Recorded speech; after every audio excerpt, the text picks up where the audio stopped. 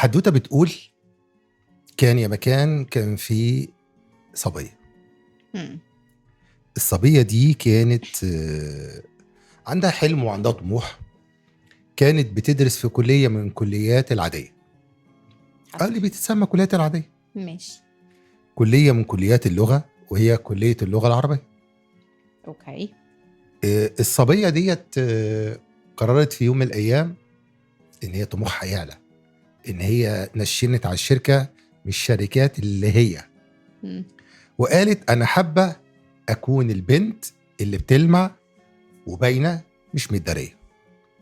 البنت دي قالت انا هدخل والشركه ديت اكون جزء فيها ملوش قبل ولا بعدها. ماشي. البنت دي دخلت وعملت انترفيو واتصدمت. ايه ده؟ انت الانجليش بتاعك مش قد كده، انت مش في المستوى اللي احنا عايزينه. احنا شايفين بصراحة احنا عايزين حاجة افضل من كده. مهم. لانها هي بنت مش عادية، ولانها عندها طموح، مش بس عايشة وخلاص، لا دي عايشة للخلاص. يعني عايشة علشان توصل لحتة كلنا بنحلم بيها. قالت انا هبقى البنت اللي هي لما يقولوا مين افضل واحدة تعيش معايا الانجليش، مش بس تعيشهولي، هيقولوا دي هي مين؟ عرفيني بنفسك. شيري حسين. عرفيني بنفسك اكتر. ما انت قلت كل الحاجات اهو. ده لا، ما اعرف انت مين. اعرف مين انت انا مين. شيري حسين الفقيره الى الله. مم. خريجه فاكر اللغه الله العربيه. والعربيه المرسيدس اللي عندك والفيلل وشاليهات الساحل، قول كل يا دي رب. فقيره يعني. ما لو غنيه كنت بتبقى عامله ازاي؟ طيب انا خريجه اداب لغه عربيه. ولما رحت عشان اقدم في الشركات اللي انت قلت عليها ما قالوليش الانجليش بتاعك مش قوي، ما كانش فيه انجليش اصلا، احنا كنا زيرو. مم. لان انا كنت مدارس حكومه، فكان الانجليش بالنسبه لي بنجح فيه زي ما الناس كلها بتنجح فيه، بتعدي يعني. وبعدين عايزه اشتغل، فعايزين انجليزي، فروحنا عشان ناخد انجليزي. لفيت لفه حلوه كده لحد ما عرفت ان معظم المراكز بتاعه الانجليش ما بتديش انجليش كويس، فحطيت بلان سيلف ستادي جنب الكورسات. بقيت باخد كورسات كتير جدا بكم مرعب، لحد ما عرفت اعملها في 4 شهور. 4 شهور كنت بتكلم انجليش كويس جدا. اشتغلت سيلز بقى وكاستمر سيرفيس، ولفيت على كام شركه كول سنتر كده لطاف، لحد ما بدات في كارير تيتشنج. دخلت اجرب، وقفت على البورد، ومن ساعتها انا وهي لزقنا في بعض، لا انا سبتها ولا هي سابتني. معلش، انت مش شايفه ان يعني سايبه المجال لناس احق بيه، بتوع الانجليش وبتوع تربيه انجليش وبتوع ألسن والناس ديت؟ مش المفروض هم اللي يدرسوا انجليش؟ انت مالك بالموضوع ده؟ ما هو التدريس ملوش علاقه بان انت عندك اللغه اصلا، ما هو اهل اللغه بيتكلموها، ما انت بتتكلم عربي تقدر تدرس عربي. لا. بس فانا عندي مهاره، ومهارتي الحمد لله في التدريس قويه. انا لو عندي علم في اي مجال هدرسه كويس جدا، فانا عندي السكال، بس هي خدمتني في الانجليش. هي دي البوينت. فبسيبه لاهله ليه؟ ما انا اهله. يعني انت شايفه ان الموضوع انا مش لازم اكون انا خريج الكليات المتخصصه في الانجليش عشان ادرسه؟ of course not. لا طبعا.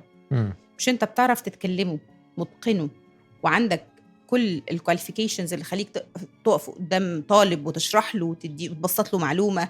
وبعدين اصل القصه مش زي مدرسين المدرسه، انت لازم يكون عندك مهاره تخليك تعرف تنطق اللي قدامك. فرق كبير من اني احفظك ومن اني انطقك. حلوه تنطق اللي قدامك. طبعا. فكرت ان في ماتش الاهلي النهارده مش هنتفرج عليه علشان الموضوع ده بالنسبه لنا احنا حاجه مهمه اهم من الانجليش بتاعكم دوت، بس ماشي ده علينا نستفيد يعني. كويس يعني. طيب الحلقه دي مش متحضره خالص. الحلقه دي ما فيهاش اي حاجه متحضره، هي مبنيه على شويه الدردشه اللي هندردشها دول، وبعد كده احنا مستنيين من كل اللي بيتفرجوا علينا يقولوا لنا اسئلتهم. هم عايزين ايه المعلومات اللي محتاجين يعرفوها من سفيره الانجليزي شيري حسين الشخصيه اللي موجوده في مجال اللغه الانجليزيه وتدريسها، وشخصيه معروفه وشخصيه ليها قيمتها العلميه. ايه الاسئله اللي انت محتاج تعرفها منها؟ لان هي شيري عندها حاجه مميزه اكتر، ان هي بتشتغل الانجليزي بتاع الشغل، مش الانجليزي بتاع الكورسات بقى وليفل 1 وليفل 2، حتى لو موجود الكلام ده، بس هي بتركز ازاي تستفيد بالكلام دوت. دي حقيقة. صح، دي حقيقة. طيب ما تحكي لنا كده الناس اللي درسوا معاكي الاول وصلتيهم لفين؟ اللي هم عايزين يوصلوا له. اللي كل كان. واحد بيبقى داخل عنده تارجت. في اللي عايز ياخد ايلتس عشان يهاجر، وفي اللي عايز يتقبل في انترفيو الشركه اللي قاعد يترفض فيها 3-4 مرات، وفي واحده جات لي عشان كانت عايز تتجوز، كانت مخطوبه لواحد بيتكلم انجلش وكان عنده تحفظ على ان هي بتتكلمش انجلش، فوانس انها بقت بتتكلم كويس والراجل كان ساتسفايد. واحده تانية دي حلوه، دي جديده دي. والله دي حقيقه. وفي جوازات، في كملي. ناس جولي وجوازات باظت بسبب انه هي يا اما هي متقنه للغه وهو لا، يا العكس. وفي واحده وجوزها كان بياخد مع تيتشر معايا وهي كانت بتاخد معايا، وهما الاثنين كانوا في تشالنج بقى مع بعض وبينهم كوارث، هو بيتكلم افضل منها فزللها، فلازم تتكلم انجليزي. فالكيسز كتير لا حصر لها، وحاجات ما حدش يصدقها، حواديت حقيقي. طيب انا لو سالتك على فكره ان الانجليش هو فعلا يخوف؟ الانجليزي ما بيخوفش، اللي بيخوف السيتويشنز اللي انت بتتحط فيها بسببه. البعبع مش اللغه، البعبع الناس اللي وصلوك لانك اول ما تشوف اللغه تترعب. مفيش حاجه بتخوف في ذاتها، بس اللي حواليها هو اللي بيخوفك. يعني مثلا فور اكزامبل لما يبقى في طالب وهو لسه في المدرسه صغير، شفتوا فور اكزامبل اللي قالتها دي؟ فور اكزامبل احنا قاعدين القعده دي كلها عشان نقول فور اكزامبل زي ما قالتها كده بالظبط يعني. لما التيتشر يقف يمسك الطالب سوري، يهزقه، يتريق عليه ويقلل من قيمته لمجرد انه قال كلمه غلط او جاوب اجابه مش لطيفه، وده بيحصل لحد النهارده في مراكز الكورسز مع الناس الكبار، مع الادولتس اصلا. فده بيخليه اول ما يسمع سيره الانجليش في اي مكان بيعمل ايه؟ ضيق تنفس، مش قادر اتكلم، مش عايز يبص في وش حد. المانجر بتاعه حط عليه في وسط زمايله، زميلته اتريقت على نطقه في وسط اللي قاعدين. وكتير بقى من الحاجات دي اللي بتخليهم يجولي او يروحوا اي مكان عشان ياخدوا كورسز وهو اصلا مرعوب بيحط رجله جوه المكان، عشان ده بيفكروا بالذكرى المؤلمه اللي بقت مرتبطه بالانجليش. فهي القصه مش في ان الانجليش صعب، هي الناس صعبت ان انت تاخد الخطوه اصلا، مش ان انت تتعلم بشكل عام. هي مهاره زي مهاره بس. طيب انا هسألك سؤال معلش، انت استفدتي ايه من موضوع الانجليش ده؟ حاجات كتير قوي. زي ايه؟ بغض النظر عن ان هو دلوقتي مهنه وانا بتكسب منها ماديا واني متميزه فيه، فده عمل لي برستيج وسط الناس. يعني ايه الانجليش عامل لك برستيج؟ يعني انت لما بتتقن لغه غير لغتك الام، ومش كل الناس اللي حواليك متقنه نفس اللغه، زائد ان انت بتعرف تعلمها لغيرك، ده بيحسس الناس اللي حواليك انك شخص مميز، انك عندك حاجه مش عندهم. يعني دي حاجه عندي انا اللي بحسها، ولا ده حاجه الناس بتديها لي؟ بوث. انت بتحسها والناس بتديها لك. ما هو مصدر ثقتك اصلا بعد ما بيبقى نابع من جواك بان انت حاسس انك شخص شاطر في ده، الناس اللي حواليك اللي بيبقوا شايفين ان انت قادر تساعدهم بيه. وهو لو انا عندي مهاره ما بساعدش بيها غيري، ما هي ملهاش لازمه. قيمتها في مدى تاثيرها على الناس اللي حواليك. مش مؤثره بعرف اطبخ والناس ما بتحبش الاكل، بعرف ادهن والناس ما بتحبش الالوان، فوانس ان الحاجه اللي عندك قادره تخدم غيرك، وقتها قيمتها بتبان. لكن طول ما هي ملهاش قيمه عند الناس، ما ملهاش وجود. طيب يعني انت شايفه ان موضوع الانجليش ده احنا مش بنتعلمه علشان الشغل، او بنتعلمه علشان مثلا دراسه او حاجه زي كده، ولكنه هو جزء، اسف جدا، قصدك وجهه اجتماعيه ولا فايده مجتمعيه؟ برضو بوث، الاثنين. يعني بالظبط. يعني انا دلوقتي لما ببقى، وخصوصا لو انت بتتكلموا باكسنت مظبوطه وعارف تتقنه زي الاجانب، وده مش شرط، يعني انت مادام مفهوم الناس فاهماك وانت فاهمهم مفيش مشكله. لكن كل ما انت بتتقنه زي اهله او بتوصل لاقرب نقطه ليهم، ده بيخليك وانت قاعد في اي مكان الناس اللي حواليك تبقى منبهره بيك، حاسه ان انت عملت حاجه ما حدش عملها، فده بيديك شكل قصاد مم. الناس طبعا، اكيد بتحطك في مكانه معينه، عكس ما بتبقى بتتكلموا بس عشان بتتواصل، خلاص انا سمعتك ورديت عليك وخلاص. طب انا دلوقتي معلش انت انا عايز اخليني فيكي انت دلوقتي انا اهو اكتر انا معاك. يعني اكتر حد دلوقتي. شيري حسين كانت الاول قبل ما تبقى مهم. السوبر في الانجليش او الشخصيه المميزه في اللي بتعرف تتكلم وبتعلم والكلام ده كله، الشخصيه فرقت. كنت مم. حاسه اني ما بعرفش اعمل حاجه، يعني ايه يعني كل ما ستات بتعرفيش تغسلي البيوت. مثلا؟ لا انا كنت بتغسلي بالايه، بالشمال انا اليمين؟ كنت ست بيت شاطره جدا الحمد لله. آه. وانا من الناس اللي عندها مهاره انها لما بتحط ايدها في حاجه بتتقنها. مم. الحاجه اللي هحط ايدي فيها مش هطلع منها غير انا اشطر حد فيها الحمد لله. تمام. لكن احنا يعني مش دي القضيه دلوقتي. انا اللي فارق معايا انت دلوقتي، يعني انت ذات نفسك شخصيتك فرقت من قبل ما تبقي تتعلمي انجليش وبعد ما اتعلمتي انجليش، الشخصيه جواكي فرقت. الشخصيه وطريقه التفكير، المخ نفسه. يعني ايه طريقه التفكير؟ يعني انا زمان قبل ما انفتح على العالم وافهم الناس بتفكر في ايه بره دايرتي الصغيره، لان الانجليزي عرفني اعمل ده كويس جدا، بقيت بسمع ندوات، بسمع فيديوز من لجنسيات مختلفه، بعرف الناس بتفكر ازاي، فده فرق في دماغي، فرق في طريقه البلاننج اللي انا بعملها لحياتي لمستقبلي. الكورسز اللي بقيت اعرف اخدها ما كنتش اقدر اخدها وانا بتعلم عربي بس وانا عندي لغه واحده. بقيت بثق في نفسي جدا جدا جدا عن الاول. يعني نقدر نقول ان الموضوع بقى لو هو كان 50 بقى 100. بقيت انا شايفه طول الوقت ان انا قادره اعمل حاجات اكتر بكتير من اللي انا كنت بعملها قبل كده، خصوصا لما بقيت بعلمه لغيري، مش بس اني اتعلمته. يعني كون انا اتعلمت مهاره لنفسي افيد بيها روحي، ده شيء كويس جدا. لكن لما انت بتنقل المهاره دي منك لغيرك وغيرك بينقلها لغيره، وتلاقي نفسك بتوسع دايره المعرفه في حتت كتير جدا في العالم، وده لان انا درست الطلبه تقريبا من حوالي 20 دوله او اكتر. فلا الموضوع فارق طبعا، فارق جدا، فارق كتير. فرق معاكي في بيتك؟ يعني ايه؟ مش فاهمه السؤال. فرق معاكي في بيتك مع زوجك واولادك وحاجات زي كده؟ مع بنتي مم. طبعا، هي عايزه طول الوقت عايزه تبقى زي مامي، بتتكلم انجليش زي مامي وتدرس زي مامي وتطلع تعمل فيديوز زي مامي. مم. شايفه مامي الرول موديل بتاعتها، السوبر مامي. بالظبط. فهي عايزه تبقى زي مامي، مامي بتعمل حاجات مميزه وشايفه ان مفيش حد حواليها بيعمل اللي مامي بتعمله. طبعا وفرت فلوس الدروس طبعا. مش قوي يعني. دي ميزه طبعا، ميزه جامده قوي للموضوع، ان انت دلوقتي ما ولا ايه بتوديها دروس برضو؟ هو انا بدرس انجليش بس، آه. بديها بقيه في مواد تانية غير الانجليزي. عربي بقى اللي نسيناه طبعا. والماث انا ما بحبش الماث. آه. وحشه قوي في الماث قوي، مم. ما بحبش الارقام. طيب لو قلت ان شيري حسين مم. وهي بتتعامل مع الناس اللي في الطبيعي بره اطار ان هي مدرسه مم. وكده، لو حست ان حد بيتلخبط قدامها في الانجليش بره اطار ان هي مدرسه، رحتي مكان ولقيتي الشخصيه اللي فيه بتهفلط في الكلام، بحاول اعمل كنترول على قد ما اقدر. لأنه- تعمليها ازاي دي؟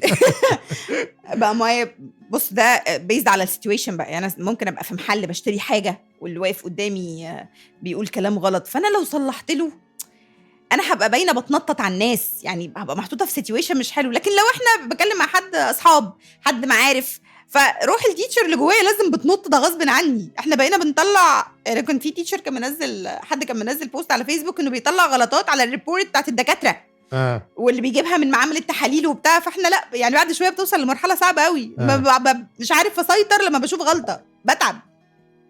طب انا دلوقتي لو انا قدامك وعارف ان انت حد جامد في الانجليش، هخاف اتكلم معاكي. لو انت طالب لو انت طالب عندي او هتبقى طالب عندي. طالب ايه بالظبط؟ حددي. طالب انجليش. طالب علم. مش طالب حاجه تانية. لا طالب انجليش. لو انت طالب عاوز تاخد كورس معايا، انا بعرف كويس جدا اطمنك لحد ما تبقى بتغلط قدامي بمنتهى الاريحيه اصلا، فدي شغلانتي.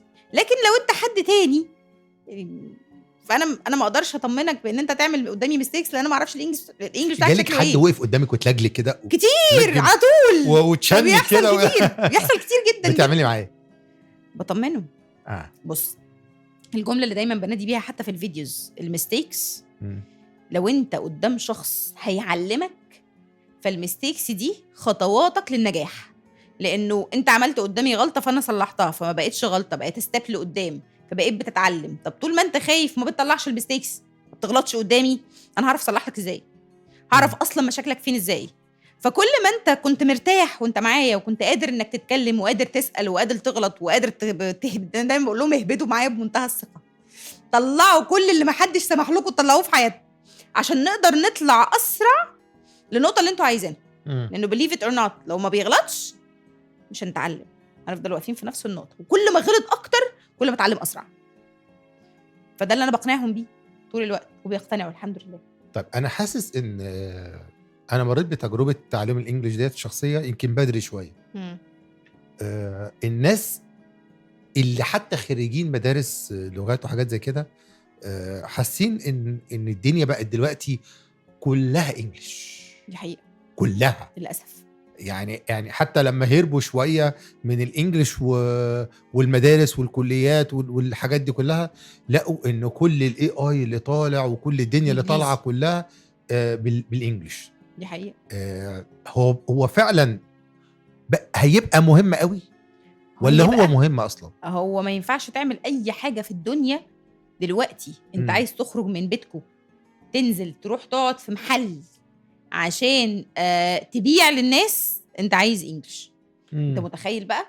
اصل انا درس معايا ناس انا ما تخيلتش، يعني انا كان بياخد معايا حد عنده ورشه موتوسيكلات معاه دبلوم، وكان بياخد معايا حد مش متعلم خالص جات له سفريه بره مصر، يعني ما دخلش مدرسه، بيفك الخط بالعربي بالعافيه.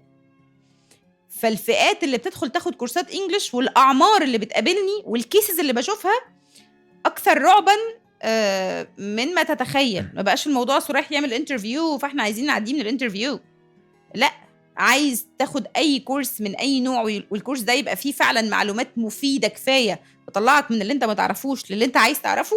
انجلش عايز تروح اي دوله، تروح اي حته، تعمل اي حاجه. انا عايز اقول لك انه في الامارات السوبر ماركت بيتكلم انجليزي، تشتري حاجه من السوبر ماركت تتكلم انجلش، مفيش عربي، ما بيستخدموش العربي. والله مش في الامارات وفي المعادي وفي المعادي في المعادي برضه بيتكلموا انجلش. فلا في مصر بره مصر في اي حته، في اي عايز تعمل اي حاجه، عايز تكبر في اي مجال ايا كان، عايز انجليزي. واللي سافر ما فلتش اي حد. انا معايا ناس مصريين عايشين بره في دول مختلفه، في الكويت وفي عمان وفي الامارات وفي السعوديه، دول اكتر 4 دول يعني، وفي اليمن اكتر بكتير من المصريين اللي جوه. هو سافر خلاص وبياخد مرتب كويس، بس وظيفته مهدده، ترقيته واقفه، مرتبه مش هيزيد، كل الحاجات دي واقفه على الانجليزي. شكله وحش قدام الناس، مش عارف يحضر ميتينجز، مش عارف يتناقش مع مديره. جابوا لهم مدير من يونايتد كينجدم، جاله مدير امريكاني، الفلبينو اللي عندهم هناك مش فاهم منهم حاجه. كتير بقى كتير. فاللي جوه سالك ولا اللي بره سالك، مفيش حد هربان. طب انا مش عايز اسافر، برضو الانجليش مهم بالنسبه لي. طبعا الشركات اللي شغاله عربي بتعمل الانترفيوهات بتاعتها بالانجلش عشان تكتب ايميل. ليه بيعملوا كده؟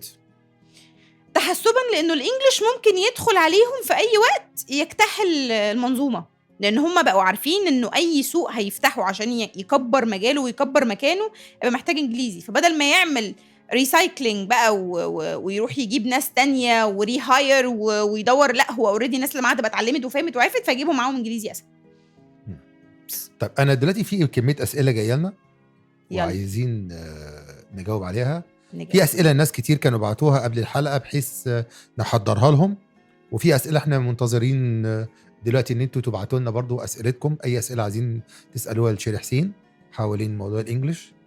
طب اول سؤال اللي هو موضوع البروجكت بتاعنا، عشان كده انا اخترته انه يكون اول سؤال.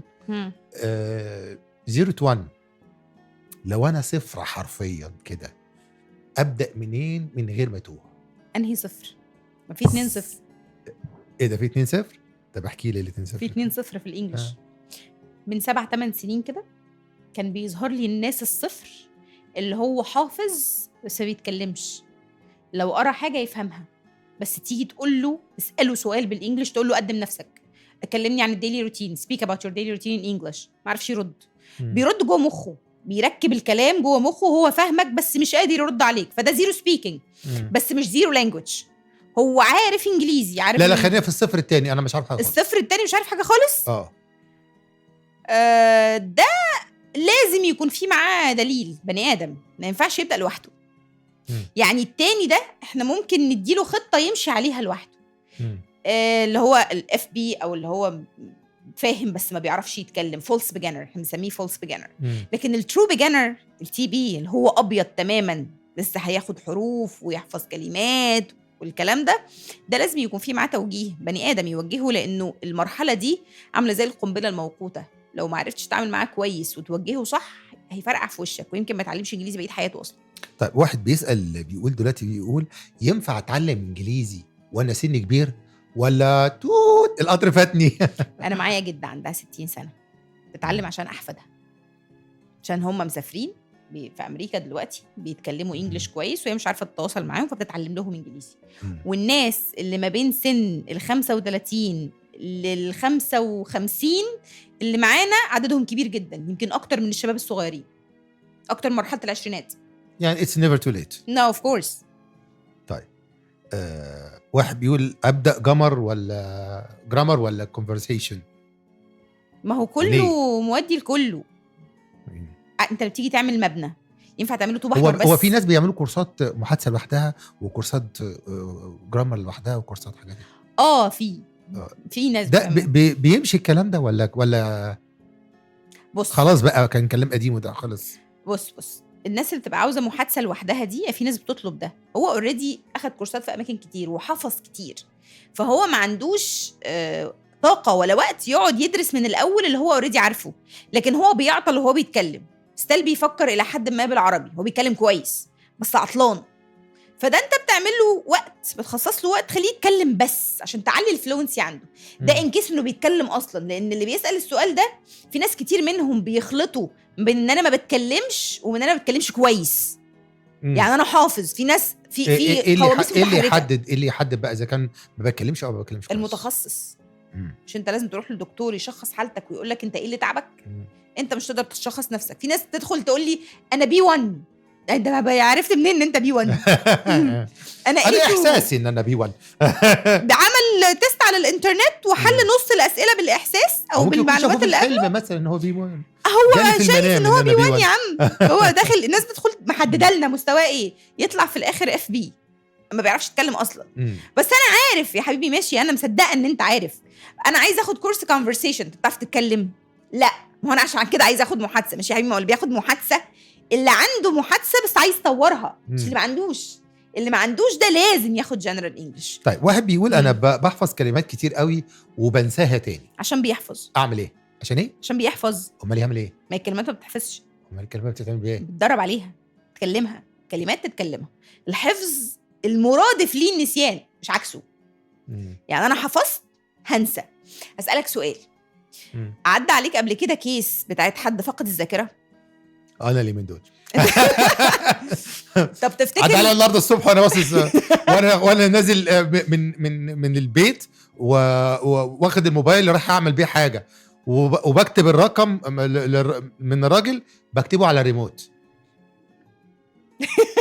انا لا بتكلم بجد. والله بتكلم بجد. تفتكر كنت بكتب على الريموت تكتب على الريموت الرقم؟ اوكي. خدت الريموت بدل الموبايل. خير. اي حد بيبقى فاقد الذاكره لو بيتكلم لغه تانية غير لغته الام او لغتين وسالته باللغه اللي هو بيتكلمها، بيرد ولا ما بيعرفش؟ بيرد. ليه؟ اكيد في حته في المخ، في اللي هي الحفظ، ذاكره دايما. مش في الحفظ، هو اكتسب المهاره، مش حفظ الكلمات. يعني لو هو حافظ كلمات هينساها مع الذاكره اللي راحت اصلا، لكن هو اتدرب يوم واثنين وثلاثة واربعة وعبر عن نفسه وعن افكاره وعن مشاعره وعن حياته باللغه التانية، يستحيل ينسى. ممكن يقل لكن ينسى نو واي. اتحداك تجيب لي اي حد في العالم فقد الذاكره، يعني مش موضوع حفظ، موضوع ممارسه طبعا. طيب حد بيقول لو انا عايز اعرف مستوايا زي بتاع انا B1 دوت من غير بقى ما اعمل اللي هي البيد تيستس ديت والحاجات دي، مش هيعرف. سديتيها مهما فلوس. حاول مش هيعرف. لازم يجي لكم طبعا ويدفع، صح؟ لازم يروح لاي متخصص بني ادم، ومش هينفع يعمل ده على الانترنت ولا ينفع يعمله مع تشات جي بي تي. لانه انا دلوقتي انا بقعد مع انتوا الطالب. شايلين شات جي بي تي فوق دماغكم ليه؟ تشات جي بي تي هايل في الممارسه. يعني الطالب اللي بيتكلم كويس وعايز يعلي من مستواه، تشات جي بي تي يعمل له خطه ويخليه يعمل براكتسنج معاه كل يوم، ما يحتاجش كورسات وما يحتاجش لحد. لكن في مرحله البدايه في تحديد المستوى وعمل الخطه، ولو انت زيرو تشات جي بي تي ما ينفعكش، لانه مش هيقدر يحدد لك مشاكلك فين ويشتغل معاك عليها ازاي. انا لما باجي اعمل بليسمنت تيست الطالب بنزل معاه من تحت لفوق. يعني اول حاجه بقول له قدم لي نفسك، speak about yourself، طب speak about your daily routine، طب what's your favorite book، what's your favorite movie، وابتدي اطلع معاه بحيث ان انا اخليه يتكلم على مدى اوسع. اول ما الاقيه عطل اعرف ان هنا هنبتدي. فالمكان اللي عطل منه احنا بنقف عنده نبتدي من عليه. شات جي بي تي يعملوا ده ازاي او كم؟ فلازم يروح لمتخصص. يا جماعه كل البليسمنت تيستس اللي على الانترنت اللي ما فيهاش سبيكينج ملهاش اي لازمه، صفر على الشمال. عاملها البريتش كونسل مع احترامي الشديد ليه، عاملاها الجامعه الامريكيه، عاملاها كامبريدج بذات نفسها، ولا ليها قيمه. استني بقى هنا بقى، نعم. قلتي كلمتين دلوقتي، بريتش كونسل والجامعه الامريكيه. قال ايه حكايه بقى الخناقه ما بين البريتش والامريكان دي؟ فكيها لي في دقيقه. يعني فكي لي خناقه، ايه اتعلم بريتش ولا امريكان؟ وهم لغتين ولا لغه بلهجتين ولا هم ايه؟ ومحيرين الناس ليه في دماغهم؟ الانجليزي بريطاني اصلا. الام اللي نزل من اللاتينو كان البريتش. امريكان لما سيطروا على العالم والعمله بتاعتهم بقت مهيمنه وبداوا يقولوا يا جماعه احنا الامريكان، بعد ما ما تجيبيش سيرتهم احسن يجوا يضربوا لنا البتاع دلوقتي. فكان لازم يخلوا اللغه بتاعتهم او اللهجه بتاعتهم تبقى ايكوال الانجليش البريطاني عشان يقدروا يسيطروا بيه. ما انت لازم يبقى في حاجه عندك مميزه غير فلوسك. فبداوا يطلعوا من جوه البريتش اكسنت مختلفه ليهم. بس طب اتعلم بريتش ولا اتعلم امريكان؟ اتعلم امريكان، لان هو ده السائد دلوقتي. هتسمع نص الناس او اكتر من نص الناس اللي بتتكلم انجليزي، نص ايه، 80% من الناس بتتكلم انجليش وبتتكلم امريكان او ميكس. لكن مش هتلاقي حد بيتكلم بريتش بس الا اللي عاش جوه بريطانيا. طيب دلوقتي يبقى لو انا ممكن اتعلم بقى من الافلام والمسلسلات الامريكاني والحاجات دي كده؟ هو انت ينفع تتعلم من اي حته تانية؟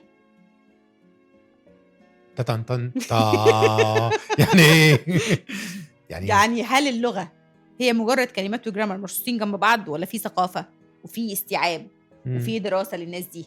ادرسهم فين؟ انا اصلا ما عنديش باسبور، انا حماده جخه اللي قاعد على اول الشارع ويا دوب لسه بحبي في الانجليش وما اعرفش حاجه في الدنيا. اروح لهم امريكا عشان اتعلم منهم انجليزي ازاي؟ فبشوفهم فين؟ افلام ومسلسلات. شكرا جزيلا. فانا لو عايز اتعلم الانجليش اللي هتكلم بيه مع الناس لازم اتعلمه من افلامهم ومسلسلاتهم. انت الناس بيعرفوا الافيهات المصريه منين وبيعرفوا الثقافه المصريه ازاي بره مصر في اي دوله عربيه واجنبيه؟ من افلامنا، افلام اسماعيل ياسين بتاعت زمان والافلام بتاعتنا بتاعت دلوقتي. طب واحد بيقول دلوقتي انا بخاف اتكلم، بحس باحراج. ايه الشجاعه اللي تقوليها لي او حاجه تشجعني تخليني اتكلم حتى لو انا غلط؟ ما انت رديت على نفسك اهو. انك تقول لنفسك طول الوقت ان انا لازم اتكلم حتى لو هغلط. ما هو انا دلوقتي عايز اعمل عضلات، طب ايه اللي هيصلحني؟ تيتشر يا تشات جي بي تي. بس في حال تشات جي بي تي يساعدك لو انت بتعرف تتكلم. ما بتعرفش تتكلم مستحيل يعمل معاك اي حاجه. لازم يكون في بني ادم، شخص يخرجك من مش عارف لعارف. وقتها تقدر تسلك لوحدك بقى، تعرف تروح وتيجي وتتفرج على موفيز وفيديوز، والموضوع بالنسبه لك سهل. طب وامتى يبقى موضوع الكلام بالنسبه لي انا جاهز اتكلم خلاص؟ لما ابقى وصلت لأي نقطه. ما تقدرش تحددها لوحدك برضو، لما تبقى بتتكلم اوريدي. يعني دلوقتي اول ما بتبدا معايا الكورس، اول ما بتبدا الكورس مع اي حد ويعلمك، اول حاجه بيعلمها لك بيعلمك تقدم نفسك بالانجلش. انا دلوقتي بقى عندي 5-6 جمل، 10 جمل بعرف استخدمهم. بعدين يعلمك ازاي تتكلم عن الديلي روتين، بقوا 35 جمله. وبعدين يعلمك ازاي تتكلم عن البيت اللي انت عايش فيه، بقوا 70 جمله بلس الوردز اللي انت اوريدي جمعتها. وعرفك ازاي تعمل جمل اوريدي بالانجلش، ازاي تكون جمله بالانجلش، وعرفك النفي والاثبات وشويه الحاجات البسيطه اللي بتستعملها في الاول.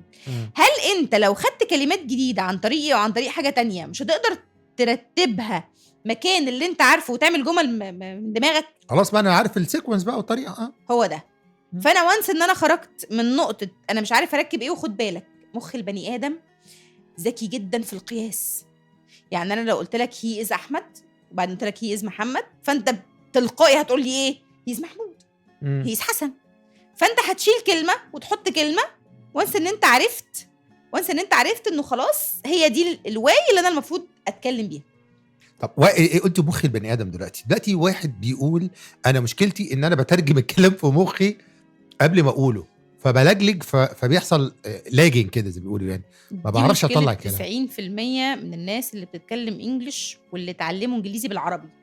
ما هو انا عندي نوعين من الناس، نوع اتعلم انجليزي بالعربي ونوع اتعلم انجلش.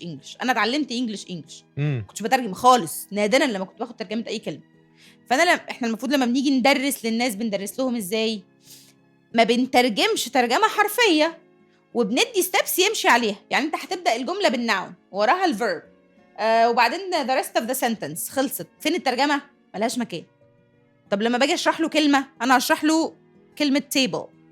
طب انا مفيش تيبل عندي في الاوضه وهو مش هيفهمني لو قلتها له انجلش. اعمل ايه؟ اقول له عارف البتاعه اللي عندكم في البيت اللي انت لما بتيجي تاكل بتحط عليها الاكله وبتحط عليها تليفونك او حاجتك؟ ما تقوليش معناها بالعربي بقى. that's a table.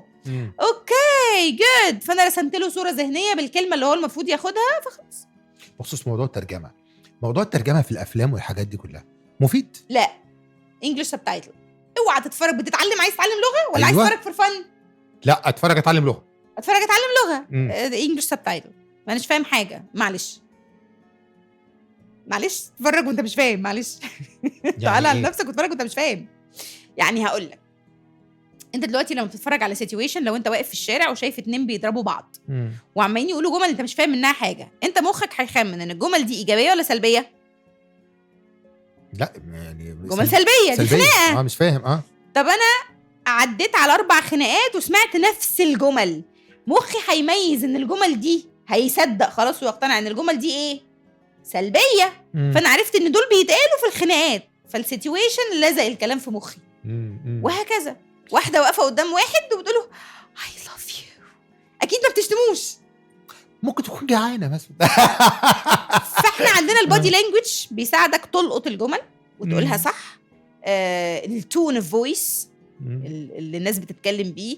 فانا عشان بني ادم عندي عقل، وخد بالك ان في ناس كتير بتقارن او بتقول ان تعلم اللغه بالنسبه للاطفال اسهل للكبار، ده كلام مغلوط ملوش اي علاقه بالواقع اصلا. لان الكبير هو اوريدي اتعلم لانجويج كامله اللي هي اللغه العربيه لغته الام، وعارف مصطلحاتها وبيعرف يميز الحلو من الوحش والصح من الغلط وفاهم كل الكلمات. فانت لما بتنقل له نفس الصوره بلغه اخرى ما بتاخدش ربع الوقت اللي بتاخده مع الطفل اللي ممكن يقعد 5-6 سنين بيتعلم لغته الام الاول وبيحاول يفهم مصطلحاتها ويبقى عنده ادراك بيها، وبعدين تنقلها له بلغه تانية. بخصوص موضوع السماع اللي انت قلتيه من شويه دوت، ازاي احسن مهاره السماع بتاعتي؟ ازاي تعمل عضلات؟ اروح الجيم. كم مره في الاسبوع؟ مره يوم. او لو انت جامد قوي هتروح كل يوم. حرق، بس ده حرق عضلات بس ماشي نقول ماشي. صح. اعمل كده في الليسننج هتبقى زي الفل. يعني اعمل ايه؟ اسمع كل يوم طبعا. مخك بيفضل يتخانق معاك، يخنقك ويخنقك ويقرفك ويزهقك طول ما انت مش باني معاه عاده. فانت دلوقتي عايز تحسن حاجه، اضغط على نفسك 40 يوم 40 بس، وبعد كده الموضوع هيمشي سموثلي ببساطه، هيبقى طبيعي. وانس ان انا بنيت عاده مخي هيبطل يتخانق معايا، وبعدين هيسالني لما ما اعملهاش فين يا عم ال 30 دقيقه بتوع الانجليش. وما تبداش بوقت طويل. ابدا ب5 دقايق وارفعهم ل7 دقايق بعدها باسبوع، وبعدين خليهم 10 دقايق بعدها باسبوعين، لحد ما توصل للمعدل اللي انت عايزه. عايز معدل كويس مرضي تقدر تطلع منه بجديد؟ ساعتين في اليوم. تسمع بس واتكلم بقى. انمي مهاره الكلام ازاي؟ لو انت ما بتعرفش تتكلم خالص لازم حد يساعدك. طب بعرف اتكلم. وينفع انمي مهاره السمع من غير ما حد يساعدني؟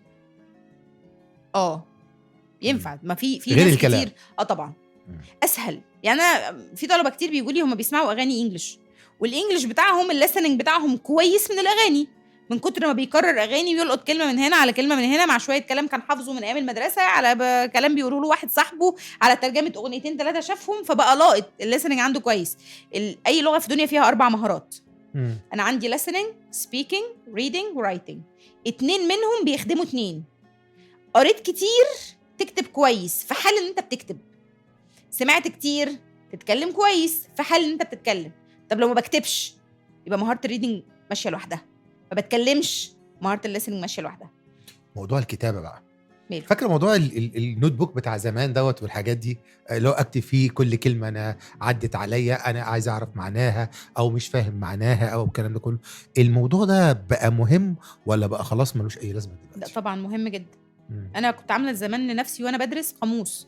جبت نوت كبيره وقسمتها على 26 بارت، على 26 حرف انجلش، واي كلمه جديده باخدها وببقى عاوزه اعمل عليها براكتسنج بكتبها في الحرف بتاعها عشان ما انساهاش، واكتب جنبها 2 or 3 examples. كل اسبوع برجع للنوت القي نظره على الكلمات دي وادي عليها اكزامبلز تانية لحد ما الاقي نفسي حفظت اللي انا خلاص حفظته، اتدربت عليه كويس وبقيت بتكلمه، وانضم القاموس السبيكينج. لانه فيه نقطه مهمه، انا حافظ 1000 كلمه بستخدم منهم 50، محصلتي اللغويه 50. ال 950 كلمه ملهمش اي لازمه خالص. طيب انا حافظ 50 كلمه وبتكلم ال 50 كلمه، فقاموسي فيه 50 كلمه فقط. فانا القاموس بتاعي ماشي او شغال مع الكلمات اللي انا بتكلمها، ما بتكلمهاش ملهاش اي لازمه بالنسبه لي، مركونه في النيش. طب القاموس بتاعي دلوقتي بقى، انا الانجليش اللي انا اتعلمته ده هشتغل بيه صح؟ كويس. اهم جزء بالنسبه لي اشتغل بيه بالظبط. طيب اتعلم بقى كلام عام. انا دلوقتي شغال مثلا طبيب، شغال مهندس، شغال في مهنه محامي، شغال اي حاجه، صيدلي. هل اتعلم الانجليش بتاع مهنتي ولا اتعلم الانجليش العام افيد لي؟ لما بيدخلوا كليه طب دكاتره بيدرسوا ايه الاول؟ التخصص ولا العام؟ العام. ليه؟ علشان يبقى فاهم حاجات كتير وكده يفهم الحته اللي تفيده. انت كده جاوبت. ثانك يا باشا، قولها لي تاني. ممكن تقولها لي بالانجلش؟ طيب بص، انا دلوقتي حافظ المصطلحات او عارف المصطلحات بتاعه التخصص بتاعي. المصطلحات دي يا اما نيم، يا اما ناون، يا اما ادجكتيف، يا اما فيرب، يا اما بروناون، whatever. كويس. فلو انا مش عارف دي اجزاء الانجليش عموما اللي قالته دوت اللي هو ايه انواع الكلمات، قطع غير الانجليش او زي صفه يا اسم يا whatever. فلو انا مش عارف بحطها فين في الجمله هتكلمها ازاي؟ طب هوظفها في انهي حته بالظبط؟ طب عشان انا اطلع المعنى، ما هو انا مش منطقي ان انا اعيش حياتي بالمصطلحات، ما هو انا لازم هقول الجنرال انجلش عشان اعرف، لازم اقول ان انا هعمل وراح وهودي وهشيل وهحط وهضيف وهزيل. ما الحاجات دي كلها ده جنرال انجلش. انا عشان احط المصطلح في المكان بتاعه ما لازم ابقى اعرف احطه في المكان بتاعه. فانا لو ما عنديش جنرال هتكلمه ازاي؟ هتكلم مصطلح بس، ما بحاولش حياتي كلها بتكلم مصطلحات. طب انا هسأل سؤال. اسألني سؤال. هو ينفع اتعلم انجليزي ببلاش؟ ينفع مجاني؟ هل في منصات مجانية؟ هل في اماكن تساعدني مجانا؟ كل الاماكن اللي هتساعدك تتعلم انجليش مجانا مش هتعلمك من زيرو، وحتى اللي بتعلمك بفلوس نادرا لما تلاقي حد يعلمك من زيرو غيرنا. يعني المبتدئين ما لازم يروحوا يدرسوا في مكان، ما يحرقش بنزين خالص. وخدوا بالكوا تاني انه في نوعين من المبتدئين. المبتدئ اللي عارف ده ينفع يعني يدوس على نفسه لو هو خلاص ظروفه ما تسمحش بأي شكل ان هو ياخد كورسات معدم، الراجل ما فيش، ده ممكن نساعده بخطة. انا في خطة كنت عاملاها للناس فور فري، تبدا معاه من زيرو بتاع الاف بي مش بتاع التي بي، تبدا معاه من زيرو، تخليه يعرف يخرج من دايره مش عارف لدايره عارف.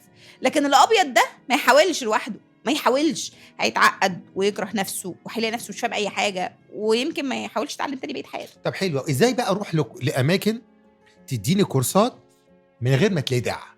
يعني اماكن فعلا اتعلم فيها بجد، مش جو بقى تعالى واعمل بليسمنت تيست وحدد مستواك وخد ليفل 1 ومش عارف ايه. ما عندكش ازاي انقي المكان؟ ازاي انقي؟ اديني معايير انقي بيها، مش عايز اسماء اماكن، مش بس معايير.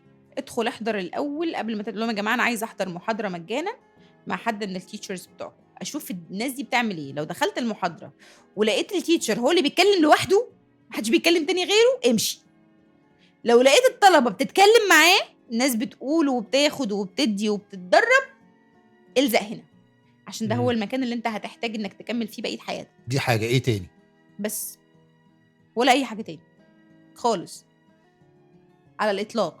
اسمه، شهادته، ولا يفرق. مكانته، ولا يفرق. روح لمكان تحت السلم واقول لهم يا جماعه انا عاوز ادخل احضر معاكم محاضره مجانيه. وعايزه اقول لك بقى ان كل مراكز الكورسات بتاعه الانجليش كلهم بلا استثناء، بلا استثناء، حظك فيه مع التيتشر اللي هتقع معاه. يعني ملهاش علاقه، مش باسم المكان. في ناس بتهرب من البريتش كونسل لان في تيتشرز جوه ما فهمش منه حاجه، وهو شايف ان مستوى التيتشر اعلى بكتير من المستوى اللي انا محتاجه، فمش هكمل هناك. وفي ناس بتهرب من الجامعه الامريكيه لنفس السبب. وانا احيانا بيبقى عندي تيتشرز لما بيقدموا شويه وبدخلهم مع المبتدئين، مضطر ادخله مع حد مبتدئ. المبتدئ بيحس بجاب سيكا انه ده بيجري بيتكلم بسرعه، فندخل التيتشر يا حبيبي فاكر لما جيت عندنا من 3-4 سنين وكنت بتزحف نعملوا تتكلم مع الناس اعدادات المصنع. عايز ارجعك اعدادات المصنع بالراحه عشان الناس اللي معانا دي ناس على الله ان شاء الله، ومحتاجين يبداوا بالراحه، ومحتاجين واحده واحده عليهم. فانت وحظك مع التيتشر اللي هتقع معاه. في اماكن سيئه جدا لاجل حظهم يهير تيتشر ابن لذينه عارف احتياجات الطالب وفاهم وقديم وحافظ، او مهاراته طلعت كده، فالولد يقعد معاه والطالب يتبسط جدا بيه، وتلاقي الناس كلها بتشتم في المكان. يا جماعه انا اتكلمت انجليزي عندهم. انا حظي وقع في تيتشر كويس جوه. مهارات طبعا الانجليش. قلتي الانجليش مهارات، صح؟ طبعا. طب انا دلوقتي بتعلم مهارات انجليش عشان اشتغل. ماشي. ايه المهارات المطلوبه مني في الانجليش علشان اشتغل؟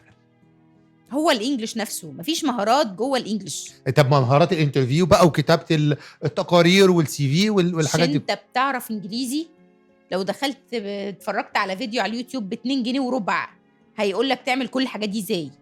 انا عايز اكتب ايميل، الايميل ليه طريقه واحده، في مالوش 5 طرق ايميل. طب هسألك سؤال. قول لي. يعني انا لو جبت اي واحد بره معاه تعليم متوسط مثلا، هاي سكول مثلا، ينفع يشتغل في شركه من الشركات الكبيره اللي عندنا دي وظيفه عاديه؟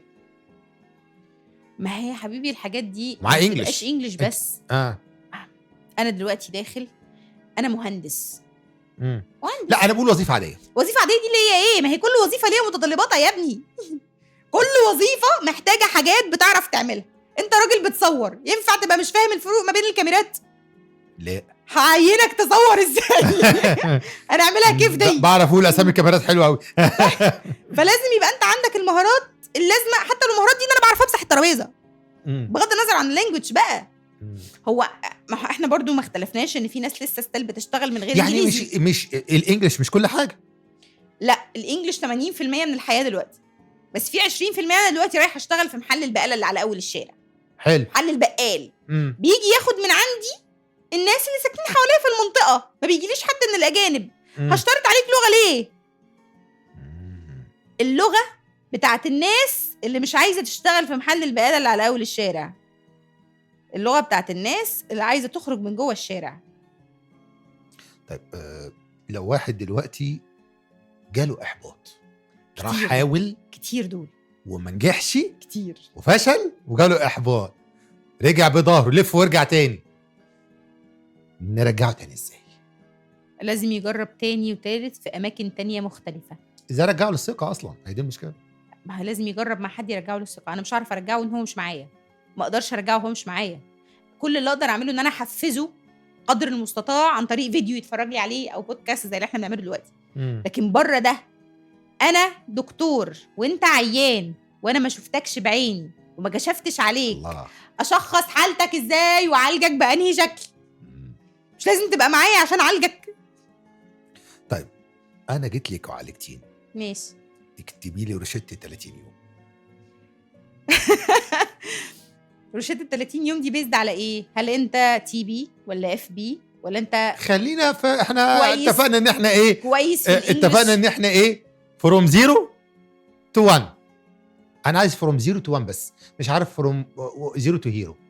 0 to 1 اتحرك الحركه الاولى تتحرك الحركه الاولى. عندنا قنوات يوتيوب لطيفه جدا وسهله وبسيطه، منهم انجلش سينكسينج، دي قناه هايله لاي حد لسه يدوب بيبدا. تبدا فيها بالبلاي ليست بتاعت الحروف وبعدها الكلمات، ثم الفيديوز اللي بتتكلم فيها عن الكونفرسيشنز الحياتيه، how to speak about yourself, how to speak about your routine, how to speak about your house، ودي موجوده عندهم كلهم. بعد ما تمشي فيهم بخطوات ثابته كويسه جدا لمده شهر، خلصها لمده شهر مش قبل كده، وادخل على قناه تانية على اليوتيوب اسمها VOA Level 1 Voice of America. القناه دي عامله فيديوهات هايله جباره للمبتدئين تخليهم يقدروا انهم يتكلموا بشكل كويس. اشتغل على الفيديو ازاي؟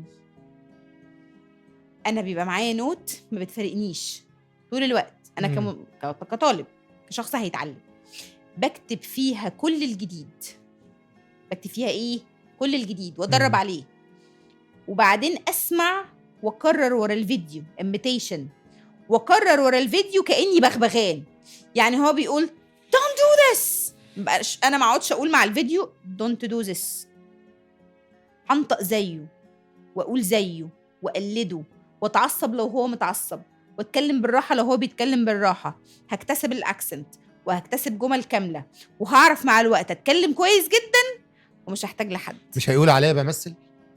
مين اللي يقول؟ يعني اي حد. انت مالك بتقلد ان الاجانب كده ليه انت الاكسنت بتاعك هو موضوع الاكسنت دي فيك اكسنت. إيه؟ بيقولوا في احيانا في الانترفيوز ان انت عندك فيك اكسنت. فيك اكسنت ليه علاج دي ولا طنش دي؟ مش طنش مهمه طبعا. طنش. 80% من الاتش ارز والانترفيورز اللي بيعملوا الانترفيوز في الشركات دي ما بيفهموش اي حاجه. يا رب تقولوا انترفيورز زي كده ما بيفهموش اصلا انجليزي. هو حافظ كلمتين. لا في طبعا فيهم ناس بقول 80 في 20 من رقم كل اللي بيسمعونا ال20 اصدقاء ال20 ها الاتش ار نفسهم لو في حد منهم معانا هيقول لك نفس اللي انا بقوله ده. الناس دي بص، انت عارف ان انا لو خدت اي حد منهم يتكلم معايا في توبيك بره التوبيك اللي هو بيتكلم عنه اللي هو حافظه صمه، مش عارف يرد اصلا، مش عارف يرد عليا. يعني انا دلوقتي هو من كتر ما فهم الشغلانه وعرف الاسئله اللي بيسالها والردود، هتلاقيهم دايما بيقولوا نفس الفيدباك. THs PMB ING in the end of the words, fake accent, your tone and intonation are not good. قدم بعد شهرين. طيب ده كل الفيدباك اللي بياخدوه. طب المدارس دي، الناس اللي في المدرسه محتاجين يشدوا على نفسهم في الانجليش ولا يكتفوا بالانجليش بتاع المدرسه دلوقتي؟ تيتشرز ولا الطلبه؟ الطلبه. لا تيتشرز ربنا معاهم. لا هي المشاكل مش عند الطلبه، المشاكل عند التيتشرز. المشكله مش عند الابن، المشكله عند الاب دايما، الشخص اللي بيربي، الشخص اللي المفروض يوجه واللي عارف.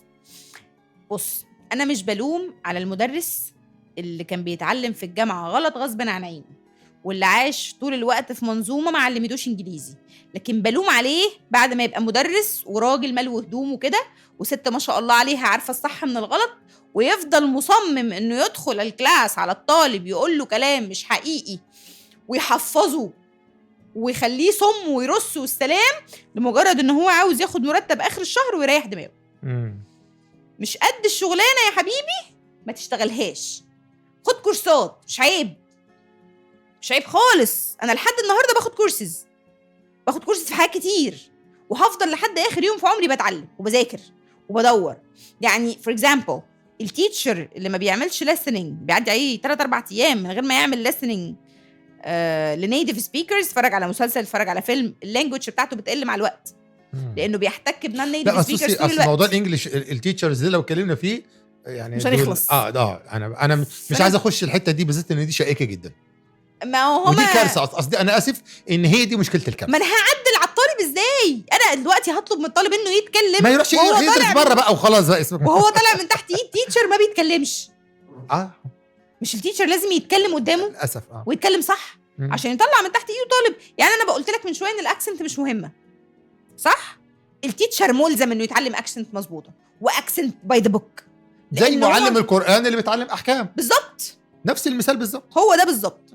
فانا عشان اعرف اتكلم، اعرف اعلم طالب ويبقى تحت ايدي امانه، ما انا لازم ابقى قد الامانه. فانا لازم اديله الصح، فلازم اتعلم الصح.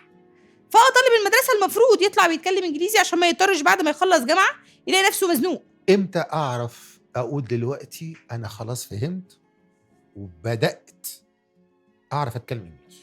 لما توصل للتارجت بتاعك. هو بص، الطالب مش بيجيت ساتسفايد مستحيل الا لو حط بوينت عايز يوصل لها. يعني انا اي حد بيجي لي يقول انا عايز اتعلم اللي هو انجليزي، بنسميها عندنا الكي بي ايز ديت. انا عايز اتكلم انجليزي عشان اتكلم انجليزي زيك او زي الناس اللي هناك دول اللي بيقولوا وارر. انا عايزه اتكلم زيهم. عايزه ابقى زي دول. لا، حط لي تارجت وبعدين تعالى. حط تارجت فين؟ في اللي انت عايز تتعلمه، واحنا كده مش هنخلص. احنا كده كل ما هنخلص وارر هندخل على اللي بعدها. فلا، مش هينفع. طب التارجت ايه؟ اتقبل في الانترفيو ده. الناس دول بيبقوا محتاجين ايه؟ 1 2 3. التارجت ايه؟ ايلتس. التارجت ايه؟ اسافر. التارجت ايه؟ اشتغل في المدرسه دي.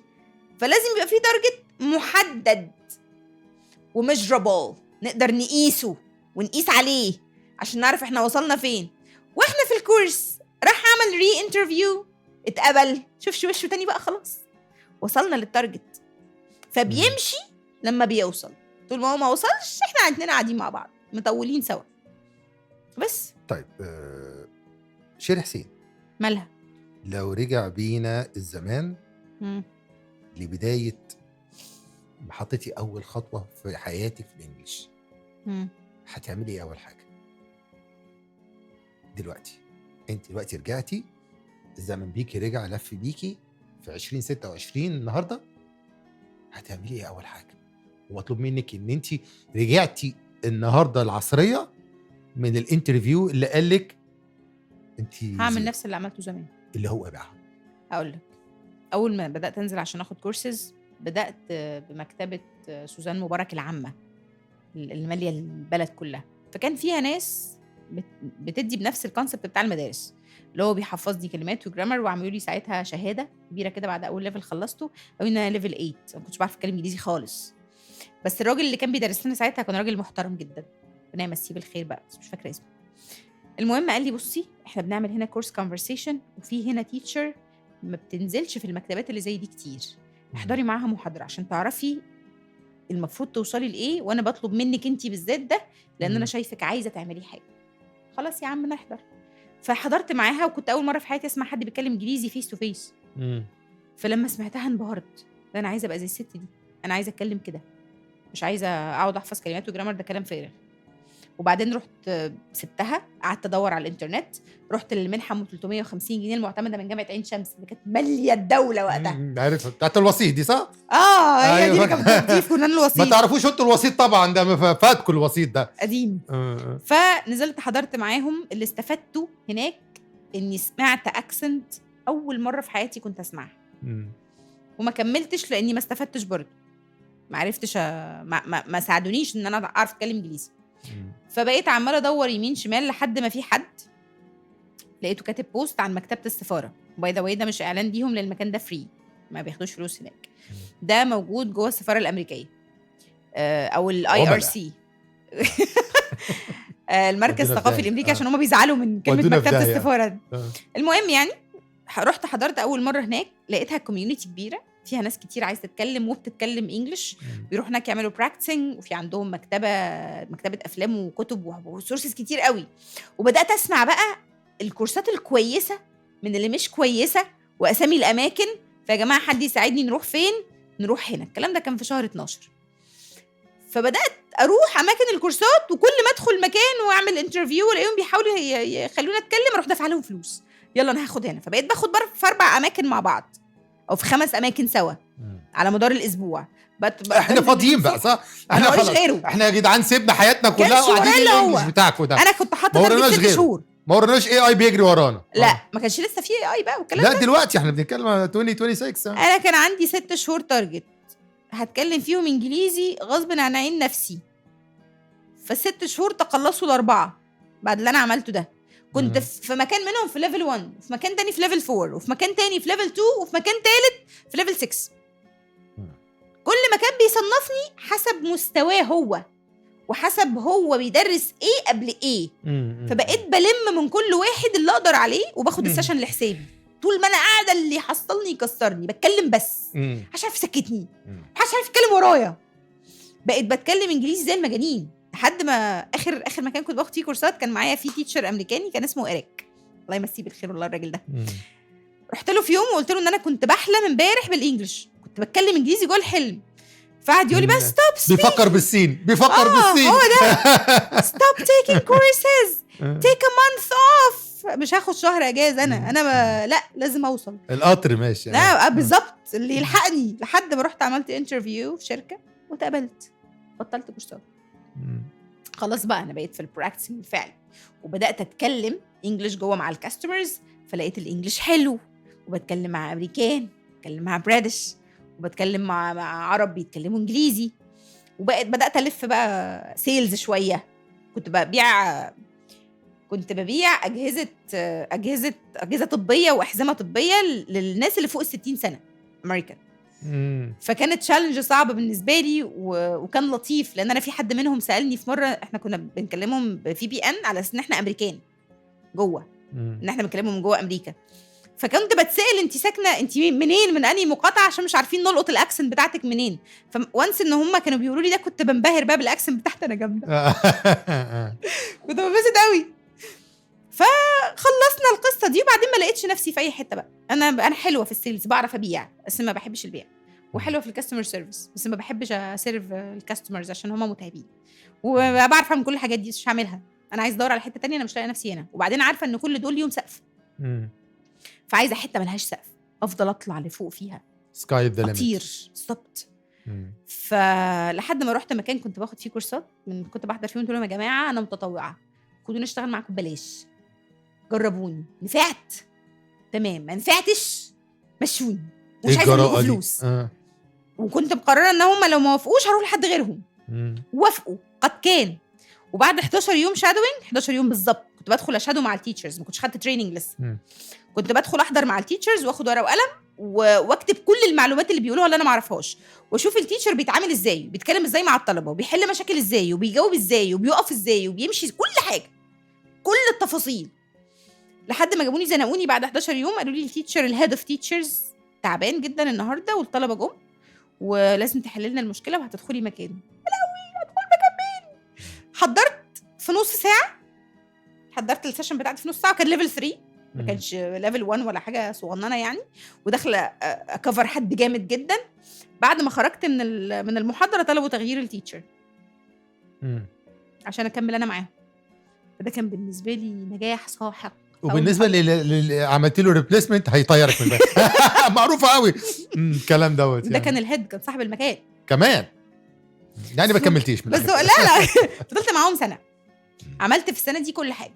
بقيت في السنه دي بدرب تيتشرز، بعمل ماتيريال، وبدي ليفلز لحد ليفل 7 او ليفل 8، بعمل كل حاجه حرفيا. اتعلمت كل الحاجات اللي المفروض اتعلمها. وبعد ما خرجت من المكان من عندهم، اشتغلت فتره صغننه كده في نوت كورسز، اشتغلت في فور ليفل 1، نزلت فيه تقريبا شهر ولا حاجه. في كل مكان كده اتنططت حبه لحد ما لقيت نفسي مش عارفه افيد الناس زي ما انا عايزه. انا عندي رؤيه وعندي فكره ازاي اعلم الناس يتكلموا صح، وكل مكان بدخله هم طالبين مني ان انا التزم بسيكونس، والتزم بكلام، والتزم وانا شخص حر تماما، ما اقدرش حد يكلبشني ويكتفني ويقول لي حتى لو ده هيفيد اللي قدامك ما تعمليهوش. كرهت الكونسبت ده جدا. عشان كده التيتشرز اللي بيشتغلوا معايا انا بسيب لهم 50% بتاعي و50% من السيشن بتاعهم. اعمل اللي انت شايف انه في مصلحه الطالب، مادام هو هيستفيد انا very satisfied. سكاب الماتيريال كلها، اشتغل من عندك، المهم ان الطالب يخرج من قدامك وهو بيتكلم. ده المين تارجت بتاعي، الكونسبت بتاعي. شيري حسين مالها كانت حلم ليها، جاهزه تبقي حلم للناس؟ بمعنى اوضح، هل في جزء من حياتك دلوقتي، انا عارف ان انت عندك اكاديميه متخصصه اللي هي بي فلوينت، متخصصه في تدريب الانجليش والحاجات ديت، وانت اللقب بتاعك في الماركت بتاع تدريب الانجليش سفيره الانجليزي. عندك جزء من حياتك تقدري تفرغيه as a charity responsibility، CSR مثلا، social responsibility، ولا انت بس مكرسه وقتك للبيزنس بتاعك. يعني لو حد محتاجك من الاخر كده ببلاش. بعمل ده من وقت للتاني اصلا، بس ما بعلنش عنه خالص، ما بقولش للناس إن أنا بعمل طيب ده. هو ده انا ليه ما بنعلنش؟ ما ليه اعلن؟ ما لله معلش ده. الناس تعرف هي فين. ما هي المشكله لما الناس ما تروحش عشان ما إحنا تعرفش. بندخل في كل جروب او في معظم الجروبس بيبقى فيه جزء منها للناس اللي عايز تتعلم بس ما عندهاش المقدره لده، فبدخل في كل جروب او شخص او 2 زياده على عدد الجروب، او يعني من ضمن عدد الجروب فور فري. فده احنا طيب لازم نطلع صدق العلم. هندخلك في انت هاسل دلوقتي. عايز تعمل فيا ايه؟ عندك هو ده اللي عمال اخطط له من شويه. ايوه. اولا انا استمتعت جدا بالكلام اللي قلته لك، اللي كان تلقائي، مفيش اي كلام متحضر فيه خالص، ولا سؤال متحضر ولا اجابه متحضره، وده استمتعت بيه. انا حطيت لكم لينك دلوقتي جوه المحادثه. اللينك دوت جروب واتساب، هتخشوا شيري النهارده، هتبقى ابارت اوف ذا جروب. مفاجاه. ماشي، واستغلوها بقى، يعني استمسكوها كده بقى في الرايحه وفي الجايه. طبعا على قدر وقتها، لان انا عارف وقتها صعب شويه، هي على قدر وقتها لو عندها اي وقت تجاوبكم على اسئله انتوا عايزين تسالوها، او تروحوا تزوروها في الاكاديميه بتاعتها وتخصص لكم وقت مجاني ايوه تجاوبكم. هو ده. لو ما عملتش كده تعالوا قولوا لي. ما نطلعهاش تاني. هي هتبقى موجوده معانا جروب، تقدروا تسالوها في الجروب ده. برضو تقدروا تقولوا لي رايكم في اول حلقه من 0 to 1، المشروع اللي بيشتغل على تحريك الانسان من مرحله السكوت الزيرو خالص للوان. طب وبعد الوان طريق المحترفين من هنا. صح. تمام. بشكرك قوي على الوقت دوت، وكل النصايح اللي انت قدمتيها ديت، الحاجات، المحطات الصغيره اللي انت قلتيها للناس، الكبسولات اللي انت قلتيها دلوقتي، الفيتامينز، كل السبلمنتس اللي انت قلتيها للناس دلوقتي، اتمنى ان يقدروا يستفيدوا بيها ان شاء الله. استمتعت بيكي جدا، استمتعت معاكم قوي في اول حلقه من البوت كامب 0 to 1. الحلقه هتكون موجوده بكره ان شاء الله على صفحه اليوتيوب مسجله. والنهارده دي الحلقه لايف، وهيكون معانا يوم 13 ان شاء الله، ويوم 20 ويوم 23 ويوم 17 هتكون شيري موجوده معانا في الفطار اللي هيكون في محميه وادي دجله. وبرضه امسكوها هناك، اسلقوها كده في الجبل، علمينا. مش هنمشي الا لما تعلمينا. وانتي هناكلك للديابه اللي هناك. لا اله الا الله. كل سنه وانتم طيبين. اينما كنتم، السلام عليكم ورحمه الله وبركاته. كانت مبدأ وكانت نهايه. كان معكم محمد ابراهيم، كان معايا النهارده شيري حسين سفيره الانجليزي ومؤسسه اكاديميه بي فلوينت، وكنا في بدايه الزيرو تو 1. بسم الله نبدأ. السلام عليكم ورحمه الله وبركاته. وعليكم السلام.